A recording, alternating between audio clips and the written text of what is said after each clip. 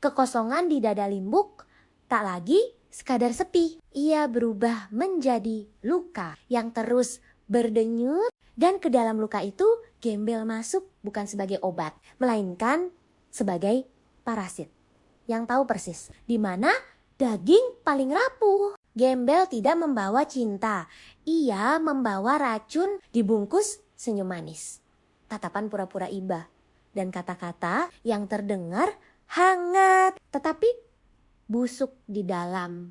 Limbuk tahu, ia bisa merasakannya.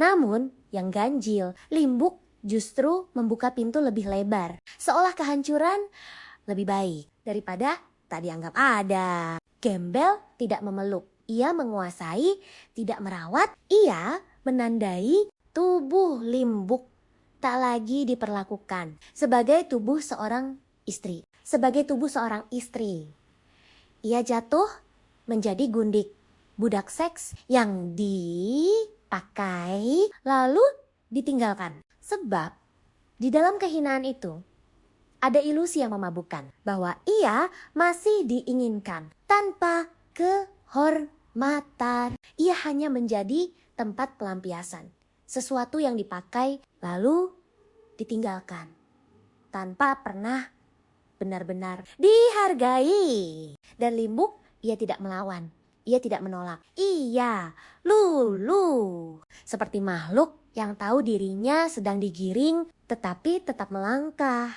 Karena anehnya, di sanalah ia merasa lebih hidup daripada di rumah, yang makin lama makin terasa dingin. Di ruang sempit itu, percakapan berubah menjadi kuasa. Hawa menipis batas runtuh, dan moralitas Limbuk jatuh, pecah. Nilai yang bertahan-tahan ia jaga berubah menjadi serpihan yang ia injak sendiri tanpa ragu. Di tengah kehancuran itu, hasratnya justru menyala, panas, liar, tak lagi peduli siapa dirinya. Ia tahu ia sedang dipakai.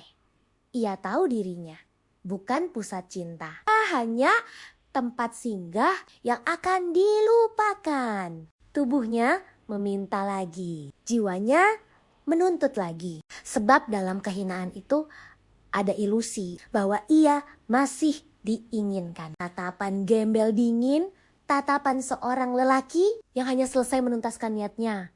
Tak ada janji, tak ada masa depan, tak ada kehormatan, hanya jeda singkat. Lalu hampa. Dan meski hampa itu menusuk lebih tajam dari dosa, Limbuk tetap menginginkannya lagi. Ia rela menjadi mangsa, rela menukar martabat demi satu rasa hangat yang tidak lagi ia temukan di rumah.